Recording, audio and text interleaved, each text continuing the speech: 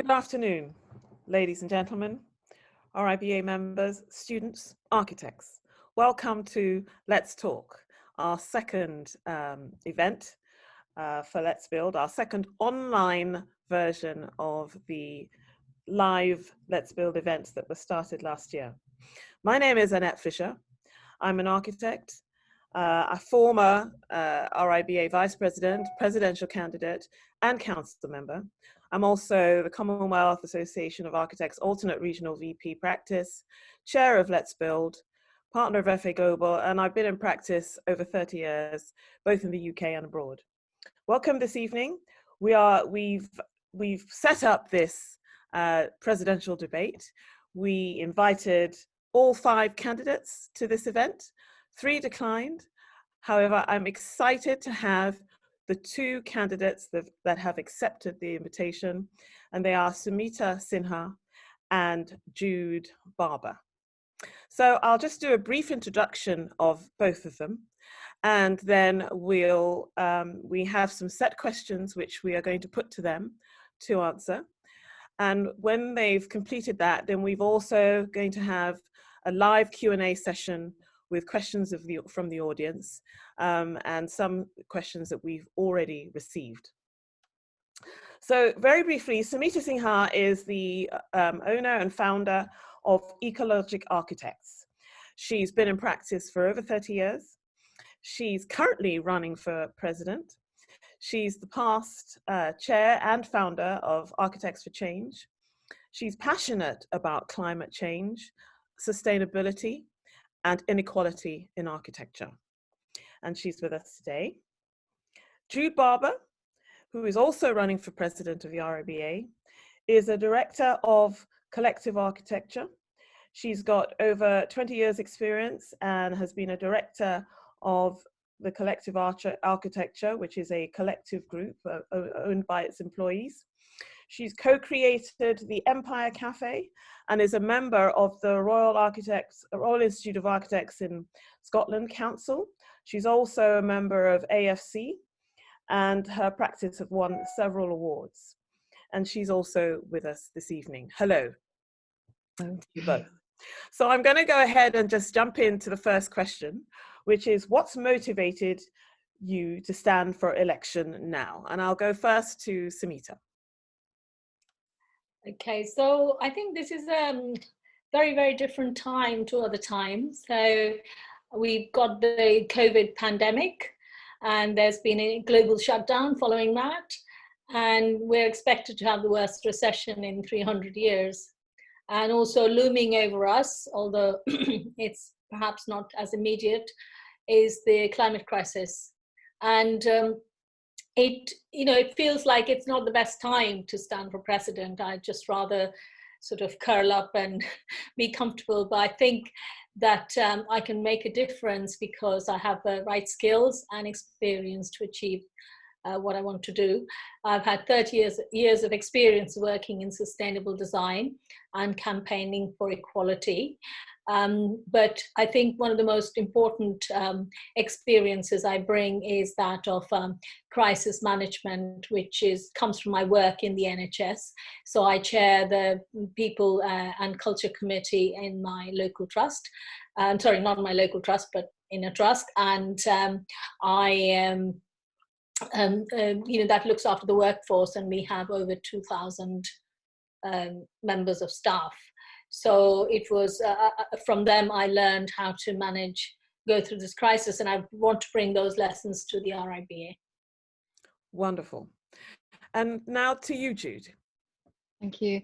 Yeah, I mean, what motivated me to stand? Well, it was a number of things. The first was just actually a true belief that what we do actually matters. You know, it really does affect people. It affects every single person in society.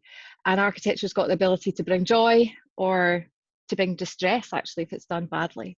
It affects our health and our well-being, adversely or positively.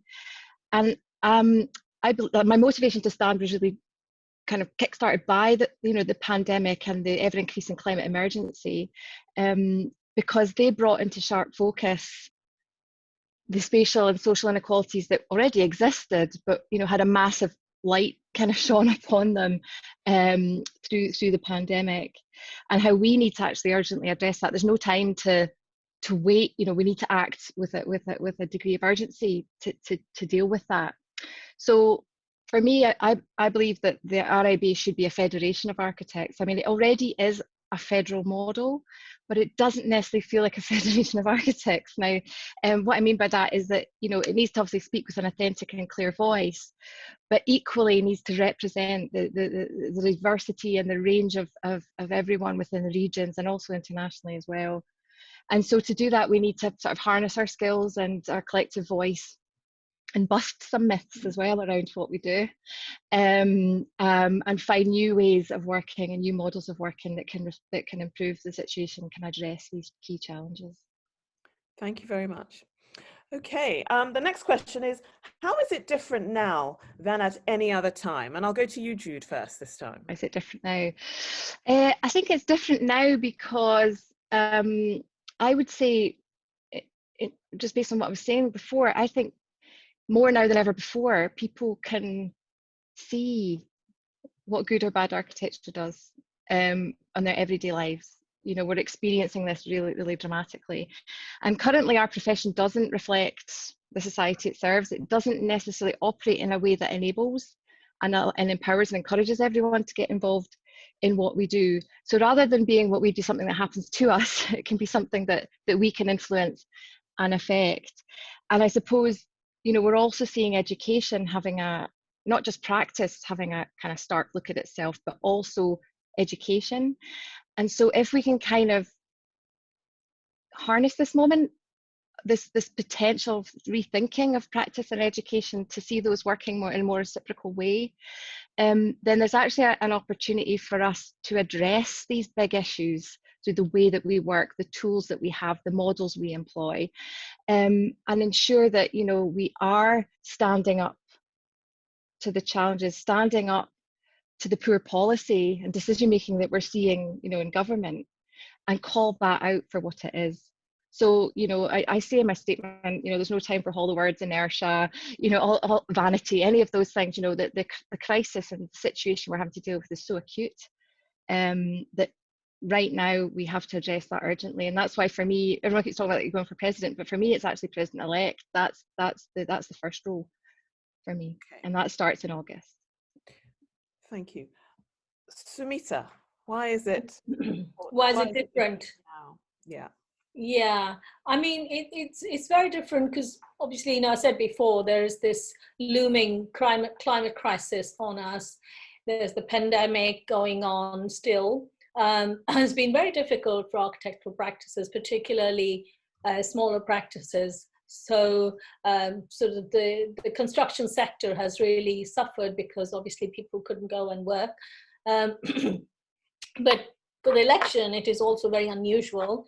So we have 5 candidates and 3 of those are women. I think that's a very that's quite incredible.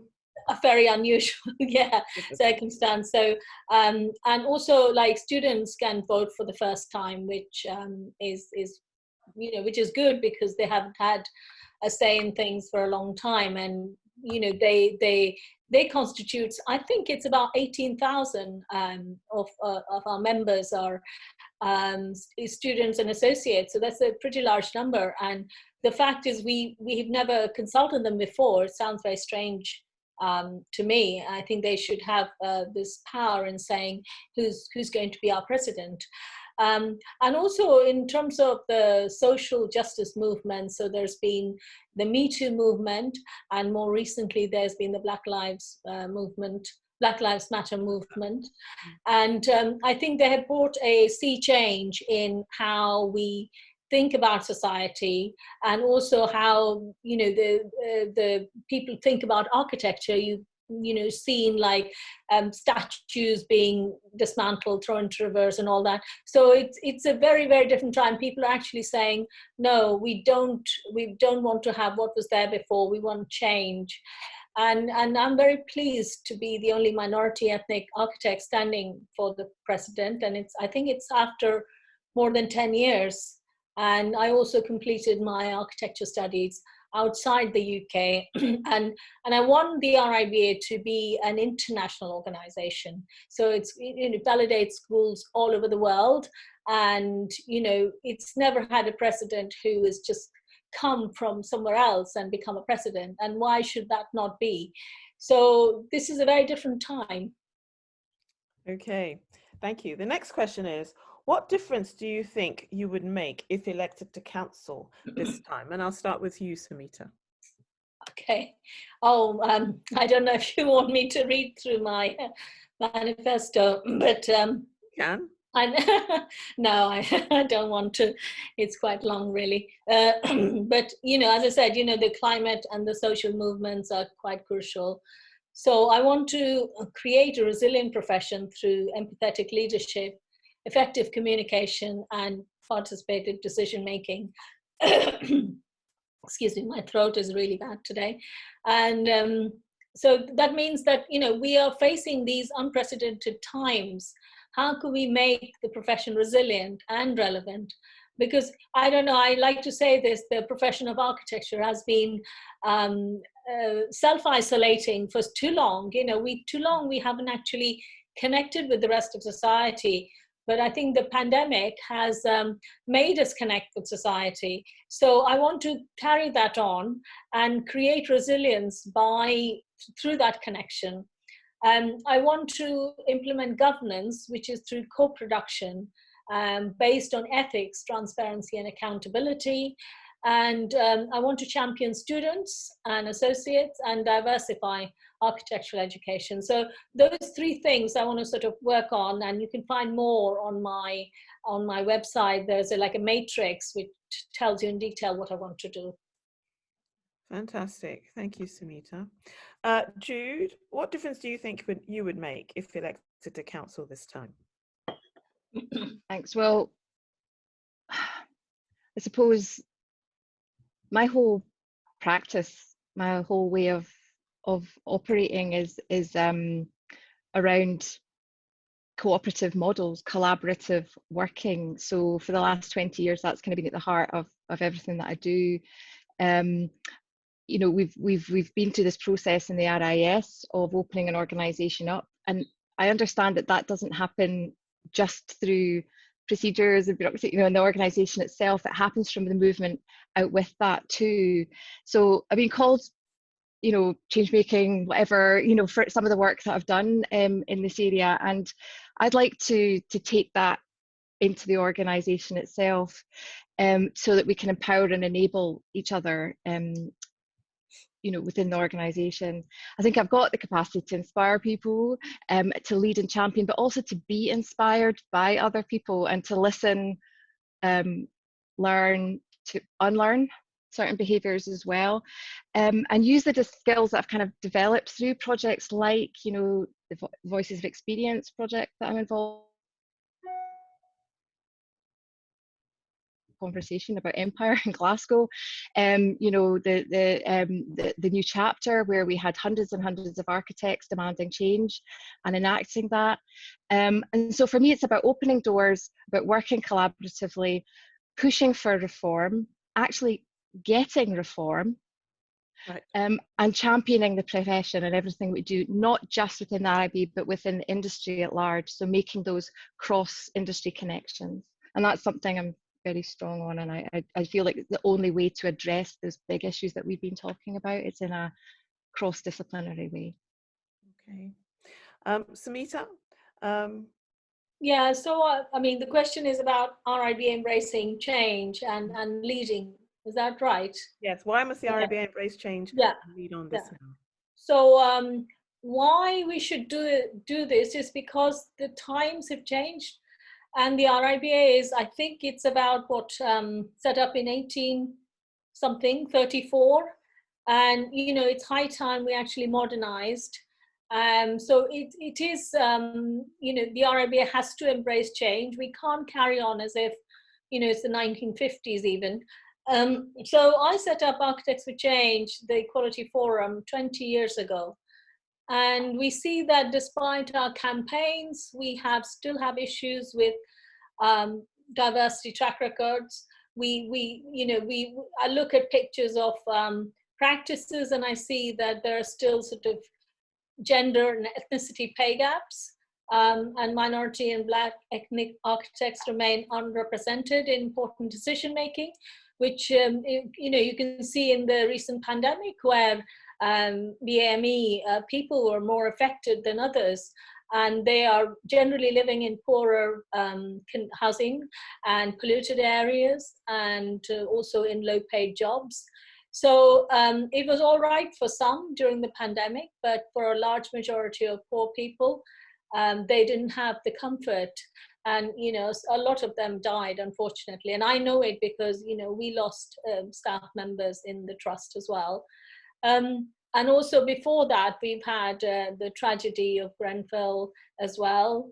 And one of my things is that, especially with the statues and everything that's coming off, is this architectural curriculum, which is so Eurocentric that it actually denies the existence of, other cultures and other forms of architecture. So I've written about vernacular traditions, and it's the 20th anniversary of that book as well, which is coming out, and I'm actually updating it. And if you want to be like a global institution to attract a global audience, to attract students into our profession from all over the world, then we need to be more diverse in how we teach them. At the moment it's so Eurocentric, and I wouldn't even say Eurocentric, it's actually so British-centric. So we need to change all that. Yeah. Thank you very much. Well, thank you very much for responding to those set questions. We now got some questions coming to us from the audience. The first one is coming from the international market, from the US, from Deborah Bentley. And the first question was to Jude, and it goes like this: the RIS has recently been reconstructed, and last month elected a 33-year-old woman architect as their president. Is the RIS now more relevant and inclusive for younger architects? And if so, do you think this could work in other parts of the country, or was it only successful because of the circumstances in Scotland? Yeah, no, that's a good question. Yeah, no, we're delighted actually about Christina being elected president by a distance. She stood out in that respect. It is more inclusive now because we demanded that it was. We just said, I'm sorry, this can't go on. And for me as an individual, we were looking at the organisation, which is really supposed to reflect our profession. It's the public face of our profession. It's the body that is supposed to enable and empower us to do our work, and yet it was dormant. It was an all boys club. It was really, really problematic, very, very problematic, to the point that one council member said somebody was sitting at the back of the room one day when she came in, and somebody said, "Who's that?" And that was the next president. Now that was about 4 years ago. Now we've had an open elections, we've had the process, we've got young RIS, we've got a sustainability working group, which is very agile. It connects all the chapters, it uses modern technology like Basecamp and things like that to communicate. We've got the quarterly, which now I give to clients. It's so good. It's written, guest edited by different people on different themes every month. And so actually what we're seeing is a kind of renewed energy, because people want to be involved in the organisation, because they feel represented, because they can see change happening. And that momentum cannot be underestimated. And so we're seeing in council, we've got a much more diverse council. There's still a long way to go. But we're already seeing some change, and we're seeing some energy. And now people are enabling, they're creating things themselves. They're not sitting back and waiting for the organisation to do it for them, but the organisation is enabling and providing support to make things happen in a way that it wasn't before. So I think, in answer to the question, that can happen absolutely anywhere, but it's about getting to the core of the matter and calling out the things that are problematic and just saying, this is pale, male and steel. It just is. It needs to change. And and it's a balance between dealing with those big questions and being frank and honest about them, And then dealing with it, we've actually had to go through some quite tedious, practical things to make that happen too. And it's that balance, I think, between getting the big messages and the detail right. And I would say at RIBA, that's something that, from my point of view, really needs addressed. The bureaucracy, the challenge, the burdens, all the mechanics of it. How do we make that easier? And I think I've seen it through the Architects for Change group that I sit on now. I've been on there for 2 years. That you feel like you're banging your head against a brick wall, and it's just saying, no, we need more money, we need more enablement, we need more, and actually just keep pressing. And we're seeing some good changes coming through already on council and the elections this year, so I'm really excited about that. Thank you, Jude. Sumita, would you like to, do you want to make any comments to that question, or should I move swiftly on to the next one? I did tweet to Christina, I said, well done, and she responded. I think it's great that, this change is happening, and younger people, I look up to the younger people to make that change. They are really powerful. You've seen in the sort of the LM movement and the Me Too, younger people. And it's interesting because when I look back, when the Architects for Change was set up, we had our Director of Education was 26 years old. So she, Leonie Milliner, you probably remember her, yeah. And she was the youngest ever, I think, executive director at the RIBA. And then after her, there hasn't been anyone else. I was actually doing a webinar with her the other day. We still keep in touch because she's moved out of architecture into the healthcare sector. Right. And yeah, so we were doing a webinar together and we were talking about the old days. And it's interesting. So I was refused actually a few things at the RIBA validation panel. I wanted to join the validation panel and I was told I looked too young, and that sort of prejudice is still there. What you look like. And I'm really pleased that Christina's there because, it just goes to show it doesn't matter what you look like. It's what you bring to the table. What you can do. Yeah, absolutely. And can I jump in that just? Go on. Sorry. No, I was just going to say it's also showing like being an ally as well, because Christina, for example, it got announced in the Scottish press and there were some comments afterwards and somebody said, oh, I've got some advice for this young lady. It was all very sort of patronizing. And it was great because there was another man came in and said, listen, enough, she's the president. Quite. Enough. She's not some young lady, she's the president. Yeah. And it was, and it was that, just that support from others. Well, it's really important. I'm a firm believer that for these things to work, we do need the support of the wider industry. They've got to get behind this. It's not just about us putting these things out there. Going quickly to the question for Sumita. One of the most frustrating issues at the RIBA is the lack of transparency regarding meetings and committees, which makes it feel like an old boys club. It is incredibly difficult to find out what is going on, especially if you live abroad, not in the capital.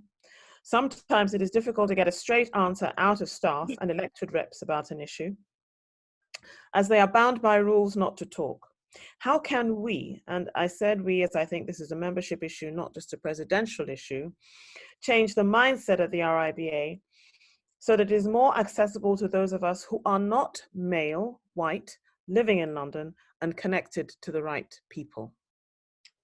Okay, so that's a really, really good question. And this committee structure is something I have to say I don't understand myself very well. Apparently there are 48 committees in the RIBA, including the council and other groups. But the thing is that it's not like the parliament. So if I have a problem, say with my council tax or something, I can speak to my MP and she will deal with it. She might even take it to the parliament and talk about it as people do. But that isn't happening with the RIBA. So there's a disconnect between the council members and members. So, and what happens is that I actually asked a question because we have a different system in the hospital. So a patient can bring their complaint straight to the board if it needs to be. There's a route that you follow. you're given you do this, and then your complaint gets heard. And we've had patient stories in the hospital as well. So I'm not seeing that degree of accessibility and transparency in the RIBA, and that is quite shocking for a modern organization. So one of the questions I asked was, how do I bring a problem to the council? And basically, you take it to the regional committee, and then if someone likes or decides your problem is important enough, takes it to the regional meeting in the RIBA, then it's picked up by the committee, then brought back to the council to decide. So there's a very long, convoluted route for bringing problems to the council. But you're electing the council, so they have an accountability to you, and this is not there. So what I've suggested is actually an online council.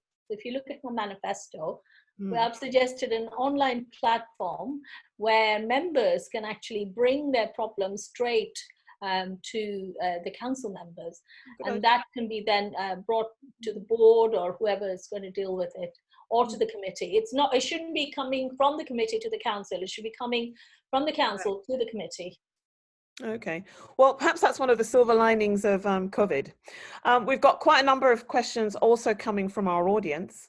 The first one is from Wendy De Silva to you both. Can you tell us a bit about your collaborative work, which has made a difference to people's lives, both here and internationally? So maybe I'll go to Jude first on that one. Well, collective architecture, our business, has been quite, I don't like to say groundbreaking, but we set up the employee ownership model like 13 years ago, and we're constantly getting queries now from people who are interested in this, because what we've found with employee ownership is people can be more involved and more engaged and drive the business, drive their ideas and their thoughts if they share equal and financial ownership of anything, really. And so that is in itself a model that we just live and breathe. We don't really see that as pioneering, but the collaboration for us isn't just the way we run our business, it's how we deal with everybody beyond that. So that culture and behavior is kind of embedded into everything we do.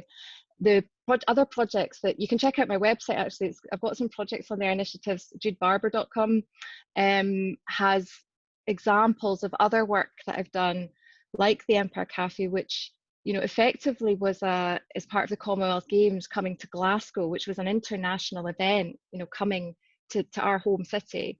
And myself and Louise Welsh felt that, it was previously called the Empire Games, and we said, why are we not having a conversation about this in a way that we called it a welcome discussion?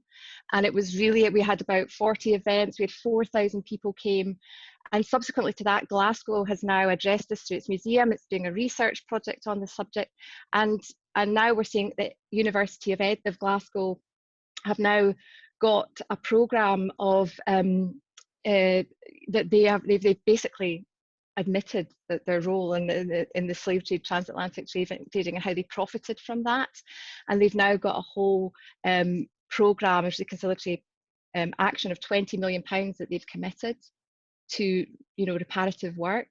So from some initial ideas, that it wasn't because we did the Empire Cafe that happened, because there were so many people working for years and years and years in advance, but we founded a platform that was public and open and welcoming to talk about that. So you had poets coming from the Caribbean reading their poetry in the Brigade in Glasgow, and you had academics presenting their work, and you had musicians writing new music, you had artists creating new work, all around this subject, recipes, food, everything around this subject. And it allowed us to have an open, frank conversation about difficult topic. And I think that's an example for me. It's not directly related to architecture, but it's about architecture, people and place. And it was driven from being frank about the origins of our city, right, and the people that made that and built that, and the cost of that. So that's one example. And obviously the voice of experience in the new chapter as well, which I've covered earlier. But these are just examples of using multiple platforms to enable and enact change. Thank you. Sumita, the same question to you about your collaborative work, which has made a difference to people's lives, both here and internationally. Thank you.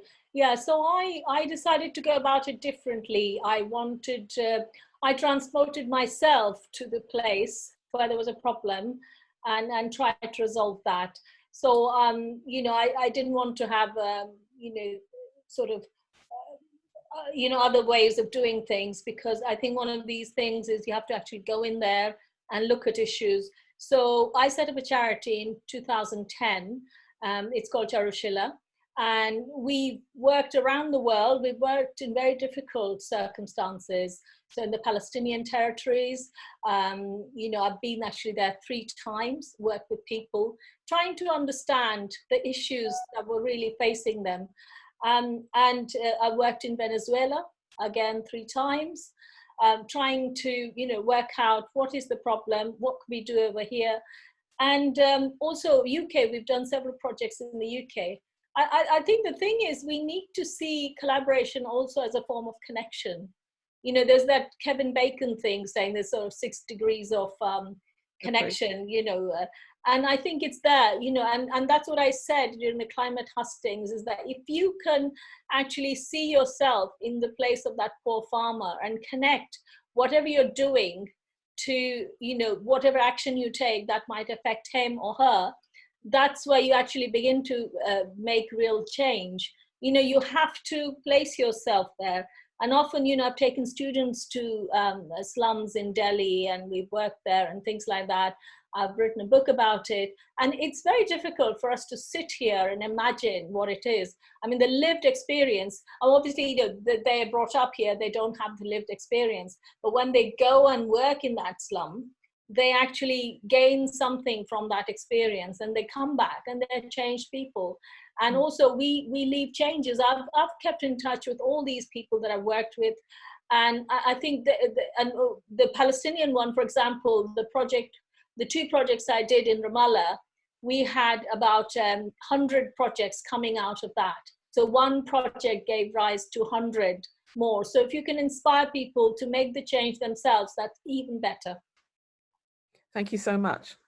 Okay, the next question we've got is, do either or both of you see any merits or disadvantages to a dual presidency? And would you consider working together? Who'd like to go first on that one? Okay, Jude, go on. I'll go. Yeah. No, I mean, it's interesting, this question, because we've actually had this conversation. From Raina Armstrong asked the question. Oh, right. Okay, thanks. We've already had this conversation at RIS, actually, when we were doing the new chapter. We said, why are we falling into models of traditional hierarchical, the notion of singular figurehead, and talking before about myth busting and such like, because we know that the organisation is actually made up, as you said, there's councils and committees. It doesn't all fall to one person. And in reality, and with the way we run our businesses are like that as well. We don't, we all need to work together and collaborate together. So I'm very, very supportive of collaborative models of dual leadership and things like that. Unfortunately, the model won't allow us. The current setup will not allow us to do that. But through this process, I've actually really enjoyed the hustings and listening to all the other presidents and kind of saying, oh God, could we just take a bit each, just get on with it. And actually, I think, that has to be the future of leadership, and particularly around female leadership. I mean, I'm sitting on the board of the Women's Library in Glasgow, which I don't know if you know it, but it's the only accredited, UK accredited museum for women's history in Britain. And our founder, Adele Patrick, she just did a core leadership program all about female leadership and what that looks like, feminist leadership. And, so this is a subject very, very close to my heart, but unfortunately we're currently restricted by the process that's in place. And I would like, if I were to be president, I would suggest that was changed and that there were more open models presented, because I don't know how you found it, Smita, but the process is actually quite odd anyway, how you have to get nominations. It's all quite sort of It's very who you short. know, and all of that. It's set up for that, and you have to nominate some before you even know who else is standing, and so folk form allegiances, and that's not democratic, and actually I think that, yeah, I would be very open to alternative models, and we proposed that at the RIS as well, so it's something, yeah, we did that 2 years ago. Over to you, Samita. It'd be a tough one to get through council, but you never know. If you've got a progressive council, it's possible. Certainly, not the council actually at the moment, the board, which is got these duties. But yes, I mean, Raina isn't the first person to ask us this question. I've had lots of questions of this sort. I think there are people who are kind of undecided between candidates. They like bits of one candidate and bits of another candidate. And, as Jude said, if you have all the bits, that'd be great. The thing is, as again Jude said, we are not set up to do this. It would involve, I think, a change in the constitution. We've already had a change in March 2020, set up the new board and things like that. But I know that there are other organizations around the world which have this sort of model where you can job share. And I personally would be open to it. And my response to the questions I was asked earlier by several people, and I said, I think this is something I want to change, because I'm also standing on the platform of collaborative working. So this is about collaboration. And also, if you've got a younger architect who's got care, or someone who's got caring responsibility, that helps you. And I think this particular moment with this COVID and recession and everything, this is going to be a full-time job. I can see that. So I think particularly for this moment, it would have been good, but we're not set up. So unfortunately, one person will have to be there.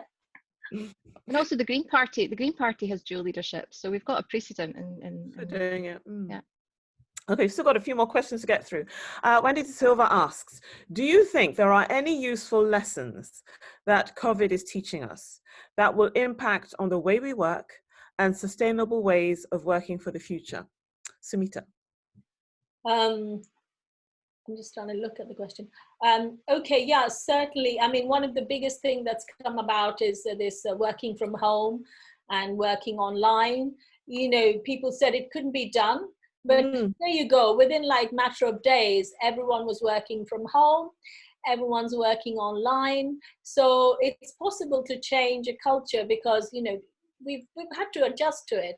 So, and I quite welcomed it, because I hated the long commute. And public transport isn't the best way in London particularly. So I think this thing of working flexibly, working from home. And there's also this interesting, I was listening to Radio 4 the other day, there was apparently an experiment done by Stanford University, where they found that people that work from home, and this is before the pandemic, they found that people are actually 20% more efficient when they work from home. They can manage their time. So that's interesting. That's really, really interesting. People think, oh, if you're working from home, you're just faffing around doing nothing. But actually, it's the opposite. You're more efficient. So that should actually appeal to a lot of companies. But there are obviously times when you need to meet, because architecture is a profession where you sometimes, you collaborate, you're exchanging ideas. And whether this is why I proposed a digital platform where you actually, it's like a table. I think of it as a big table where people can lay out their ideas and share it. Thank you so much. Okay, moving on. We've got Femi Orasanya says, why do you think that equality, diversity, and inclusion should be moved higher up in the organization of the RIBA? And if it is, do you think that it will improve diversity within the profession? Jude. Yes, it should be central to the organisation. I mean, I talked before about championing kind of agile, non-hierarchical models and doing things differently, and that only promotes inclusivity and diversity. I think, though, firstly, the organisation has to be frank and honest about systemic racism, sexism, classism, all of these things, and be very, very frank and open about that. I think at the moment that's not the case in my experience. So being frank and honest, it's not just about that, and seeing, you know, that exists in society, it permeates the organisation, it permeates the profession, and until we call that out more frankly, I think that's and also being allies and accomplices in enabling change in that respect. I also think we need to celebrate the diversity, you know, of what we do, and how, if we improve on that, we improve on design, we improve on how we can serve society, how we can reflect society, engage. So I think, you know, for me, there's masses that the organisation needs to do to address this issue. And I think I've found on Architects for Change, for being frank, that sometimes we're seen as a bit of a organisation to placate rather than to support and empower and enable. So there needs to be a big shift in what Architects for Change is doing, and how that finds itself into every single part of the organisation and profession. So to come back to the, you know, improving diversity generally, I think it's a cross-industry problem, and the RIBA, you know, in my mind, should be leading on this issue, and it should be, you know, because we validate education and courses, you know, we need to be very, very firm about that. I've seen examples of, for example, student programs of speakers, you know, all white, all male, you know, that we should just be saying, no, I'm sorry, that's unacceptable. You can't, I need to see, you know, we need to see. So RIBA, the validators and external examiners need to be briefed properly about what the priorities are, and make sure we're asking the right questions. And it's the same in practice for our all our members. You know, what is your recruitment policy? What is percentage, you know, people, BMA community, for example, in your representation on your leadership? What, you know, what are your mechanisms for recruit, you know, all of these things. And have you done CPD in this area? And just really being very, very tough on it, and just saying this is something we have to do now. It's not for another day. Thank you, Jude. Sumita. Yeah, so I agree with Jude on that. When Architects for Change was set up, we were actually doing, you know, quite innovative things. So in my first year of chairmanship, the RIBA adopted the Equal Opportunities Policy. And I said, well, we're adopting it, that's fine. What about the practices? Oh, they said, oh, that's optional. And so it's remained like that. So we need to change that. The second thing we did was we looked at why women leave architecture. That remains the only research project that's been done. And it brought out a few things like career progression, lack of childcare, low pay, long hours, those sort of things. And we're seeing the same things happening even now. So the profession should react to that. And I think maybe with the COVID thing, maybe we're beginning to realize that the work, you know, your health is important, your mental health is also very, very important. And maybe there's a way of working efficiently without having to work long hours. And also if you have a caring responsibility. And the third thing we did in my third year of chairmanship was we had this exhibition called Diversity. And that was about promoting the work of all these people from different backgrounds.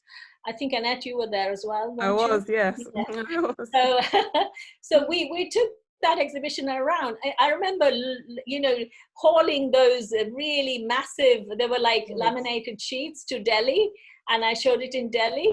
So, you know, I took it to Cambridge, you know, and Angela took it to other places. So Angela spearheaded that thing. But, you know, it's to show the visibility. So the first thing we did was have a policy, which is equal opportunities. The second thing was about finding out why things have gone wrong. And the third thing we did was to show more visibility. And I mean, I haven't been involved with Architects for Change for a long time, so maybe things have changed.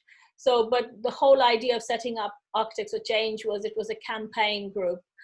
And definitely, you know, one of the things I've said in my manifesto is that we need to have diversity and collaboration in order to have innovation, because all these different thoughts, they bring about innovation. But I just want to say one more thing, is that the way we understand diversity is different in different countries.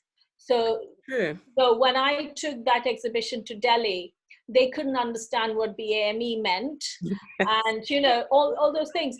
So if RIBA needs to be a global organization, international organization, it has to recognize that there are differences in how we actually look at diversity. What does it mean? And that's never been looked at. And that's one of my points in my manifesto that I really want to look at, is how do we acknowledge different kinds of diversity. Yes, it varies from country to country.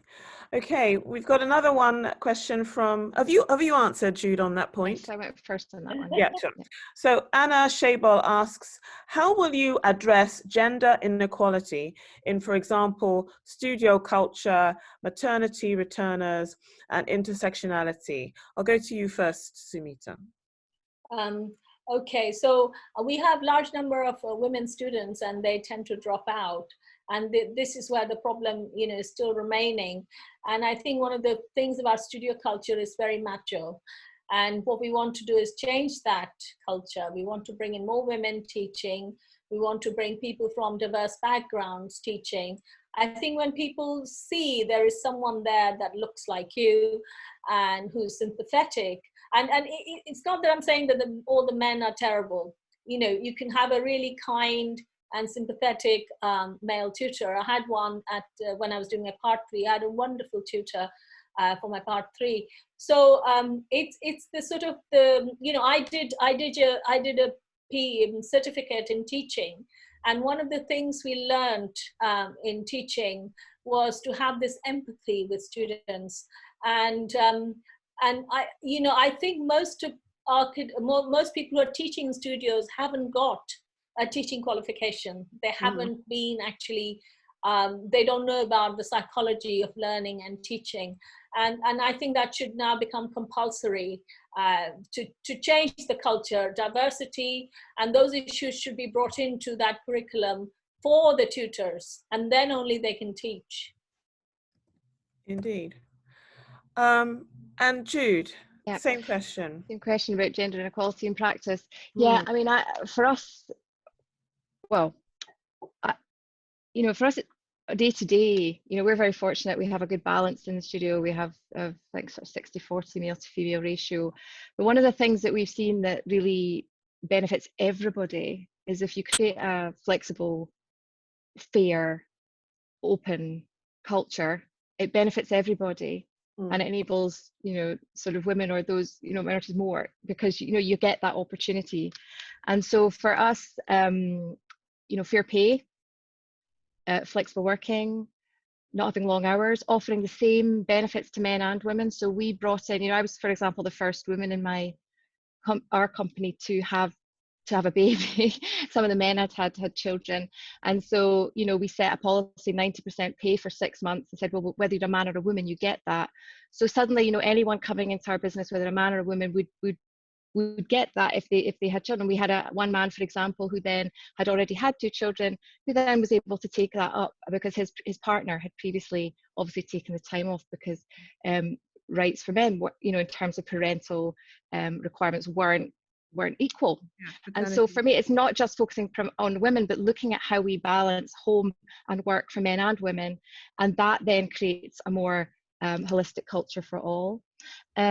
Also, you know, it's making those intersections, you know, between ethnicity, ableism, sexuality, all of that needs to come into consideration too. So having an open culture where we can talk about these things frankly, and discuss them is key as well. So we've obviously been supporting campaigns for decades, you know, like I remember the BD 50/50 one, you know, we did a march up Carlton Hill with banners highlighting there's only 17% of women, you know, so we were losing women. And in fact, if I'm really honest, some of the changes we're seeing at RIS were driven by the fact that the organisation shut the door in our face when we raised it as a question 5 years ago. So, you know, a lot of my motivation for standing is based on opening doors for as many people as possible and creating an even playing field Sorry, the sporting analogy, but you know what I mean. The just making sure that it's fair for all. Thank you. We've got 3 more questions to get through, so I'm going to have to get you to now be a little bit more succinct so we don't drag on for too long. So the next one is the geographic origin of architectural qualification and migration status influences the experiences of migrant architects from the Commonwealth living and working in the UK. The RIBA and the ARB do not directly recognise any qualifications outside of the UK and the EU. What is your advice on the recognition of foreign qualification? Okay, I'll go to you first, Jude, this time. Yeah, well, I think, again, we were talking about the importance of timing. And at a time when countries, particularly our country, is having a conversation about borders and closing borders, shutting borders, closing down a kind of internationalist mindset, I think there's never been a more important time to celebrate that and encourage international cooperation and international movement, if possible. And if that's so, for me, I think there needs to be. I've seen colleagues and others stumble to gain full recognition and qualification for themselves, and this is something that, you know, the RIB, we should, you know, it was so difficult for them to go through a process to get their next Part 3 or with a recognition for that. So it's definitely something I would like to look at more closely and work with, like, the education committee and work with the teams to understand why those barriers are being put in place and why it's not being seen more as a opportunity and something to be celebrated, that people are coming with lots of different experiences, lots of different outlooks. So I hope that answers the question. Sumita? Okay, so I've had direct experience of that because I actually studied in Delhi and then brought my portfolio here to be validated. But the thing was that the School of Delhi, Delhi School of Planning and Architecture was a RIBA accredited school. But I still had problems because the sort of work I'd done in India, although it was within the sort of guidelines, and I had actually, the RIBA panel had visited Delhi, you know, when I was a student, and I'd shown my work, and I was actually put forward as this exemplar student. And they like my work, but I come to London with my portfolio and they say, well, that's not, we want you to do some normal work, by which they mean sort of commercial buildings with a lot of glass and concrete and that sort of thing. So the kind of work, the diversity of work all around the world, if the RIBA wants to remain relevant, it wants to validate more schools of architecture, has to increase. And this problem that, you know, when it's been further heightened because we're leaving the EU. So we had this relationship with the EU and we don't have it anymore. So everything outside the UK is outside the UK. But we want to be seen as a global organization. And that's why I'm talking about diversification of education, looking at it. And also, I would like to look at the way education is done. So, you know, there is the 4 years plus 1, and there's the 5 years plus 2, and all sorts of models are there. We need to say, okay, is it really relevant? Does the, you know, do the students have to go through this 5 years of hell, or can they, you know, it's very expensive as well, and it takes, you know, people with low income or, you know, those who have caring responsibility, it takes them out of education like that. So we need to have a real good discussion on the models of education and on the model of diversity offered by education. Okay, and Jude? Oh, I've answered that one. Did you? Oh, yeah, sorry. Yes, that's okay. So I'm losing my place here. So Deborah Bentley has another question. We need an international panel to discuss diversity issues. The US and Australia have the same issues. Say about that, Jude. Yes, I would agree. And I think that we talked about COVID being, you know, the pandemic raising some opportunities, and it's obviously a horrific health situation and crisis, but there are silver linings, and one of those things I think is this opportunity for us to communicate in a way and collaborate in a way that you know, like, you know, we mentioned at the beginning, you know, was unimaginable before. We've kind of been forced into it, some of us, but, you know, actually we're now starting to see some of the benefits of that. And for me, globally, you know, I've been just loving the fact that you can actually follow events, people, organizations around the world at this time, and we're all becoming much more nimble to that. So yeah, no, that was something I would really support as a global platform, and celebrating the international aspects of what RIBA does or could do better. Sumita? Yeah, I agree with Debbie. I think we do need that international outlook, and we need to do some work on it, because as I said, you know, when I took my panels of diversity to Delhi, they couldn't understand what this was all about. And so there is a difference in how we recognize culture, diversity, equality, etc. And we need to, and if, you know, if the RIBA wants to remain a global organization, it has to have these discussions about different cultures and different ways we express them. And this has never been, it's always been, you know, very British, and yet it wants to validate schools around the world. How's that possible? So yes, I would agree, more research is needed on this, and we need to work on this. Okay, a little bit of a provocative one here. Have you hired non-white, non-UK educated, non-CIS straight architects / assistants in your own practices? I go? Yeah, Yes. go on. Yes. Yes, we have. And actually, we obviously enjoy all that brings. So, you know, we've had, you know, right now we've got someone from Malaysia working us, who's going to be doing the part 3 soon. We've had my colleagues take part in the Archie Fringe Queer Space events, you know, fully supporting that. One of my colleagues speaking down in Newcastle at the at RIB there. So, you know, we're very supportive of everybody, and we've had, we think, because we're a Scottish-based practice, we have an internationalist mindset. So for us, it's very important that we have people coming to the studio and leaving the studio and going elsewhere as well. You know, we're not bound to the place, and encourage that and celebrate it. Yes. Sumita? Yeah, so I've always said that I'm an equal opportunity employer. And so I think the result has been that a lot of people have come to me because they feel that, okay, this is a place we can go to and they will accept me. So I have to say, I've had mostly women working for me. I've had one man, a black man, working for me. And the most interesting and a life-changing experience for me was this young woman who studied partly in France and partly in the UK, and she is completely deaf. And we had a very, I won't mention their name, very big practice near me. And she was going there to get some work. And I'd meet her on the streets every day and I'd say, have you found work? Did they give you work? And every day she'd say no. And then in the end I said, well, come and work for me. You know, and it was very interesting because, you know, when you have a deaf person, you don't realize that, you know, they can't really attend meetings. So we had to make very small meetings because she lip reads. So she had to be able to see my lips and my client's lips.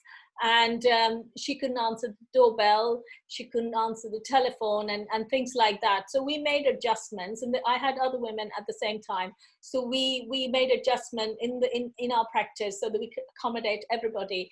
In the end, she actually stayed with me for 5 years, and and then she moved home. So I didn't want her cycling from North London to get to me. I'm in West London because of her hearing problems. So I just said, you know, find work locally, you know, and that's what she did. So, but it's been life-changing, and I really appreciate all these people who brought their different diverse experiences to me. Really grateful. Well, as somebody said, you know, you have to have someone disabled working in your office before you begin to appreciate the things that they have to go through. I think we've got time for one more question. And this is from Nick Walker. During all the hustings, I've been very surprised at the lack of discussions relating to leaving the European Union. What effect will the loss of the free movement of people, students looking for work, as well as qualified architects have on the architectural profession within the UK? And will our profession become less diverse? Sumita, you go first. Okay, so Nick, thank you for your question. Actually, we have been discussing this for a long time. And then the pandemic happened. And I was talking to my colleagues and we were talking about part 3, how we were going to examine part 3 students. And then in the middle of it, I remember him, he said, does any of you remember Brexit? We almost kind of forgotten about Brexit. And I think that's what's happened because with the pandemic, people concentrated on that. But I think we need to, I mentioned earlier that the RIBA needs to be a global organization. It needs to be an international organization. So we need to start having a good look at how we can actually have that diversity in our profession, attracting people from all over the world, despite having left the EU. I think that we need to also discuss the course because some of the course validation and the criteria were linked with the EU. So we need to actually have a discussion on that. Maybe there is something going on. I don't know yet. But certainly I think we need to have a discussion about the movement of architects from around the globe. We need to look at visas and things like that as well. Which I think architecture was identified as one of the professions that's going to need people to come in and work in the UK. So how we give visas is really important. So all those questions, they need to be discussed properly in the, when I get in, if I get in. Jude, thanks, Sumita. Yeah, no, it's a good question. And I think I hinted at it earlier, about concern about that in terms of shutting of borders and sort of limiting free movement of people. So I think it will have an impact, and I think that only sort of emboldens the need to create more inclusive and open workplaces for as many people as possible here, and then taking that global internationalist mindset to the profession and how, as an organisation, we present ourselves to the world. So yeah, I think more than ever before, we need to work at these things and to send out that very clear message that we want to be a diverse profession and we want to have an internationalist mindset. So I think we can't necessarily control the politics of that. It's happening, and that's what's happening. But I think we can enable and do as much as we can to increase the flow of people coming and the diversity of architects. Okay, great. I think that's all we've got time for. What I'd just like is maybe just to ask you to each give maybe a couple of minutes, just a roundup of what of your campaigns. Your last moment, and then we'll close it at that point. So over to you, Sumita. Okay, so I just want to say that just the strap line I had, which is collaboration and diversity equals innovation. And also to say to people, please be yourself, be authentic, be yourself, express yourself. Thank you. And to you, Jude? Firstly, thank you for this event particularly. But I would just say that I think my closing part would be just that society needs us more than ever now. It needs architects more than ever. And so we need to unite and be resolved about what it is we're trying to do. So we need to empower each other and empower other people around us and communicate that we are going to be this open, inclusive and accessible organisation that allows all architects to be more responsible, more resilient, more inclusive and more ingenious for Thank you very much, Jude. Thank you very much, Sumita. And I'll just add a point. I think, we have just coming out of COVID-19. We have to restart our economy. We can simply double the workforce in construction just by employing women.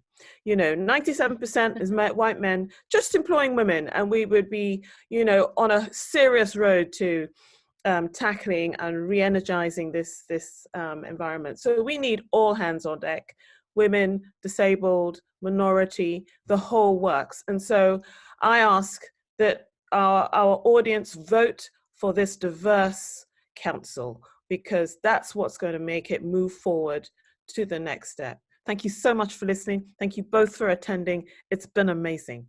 Good night. Thank you.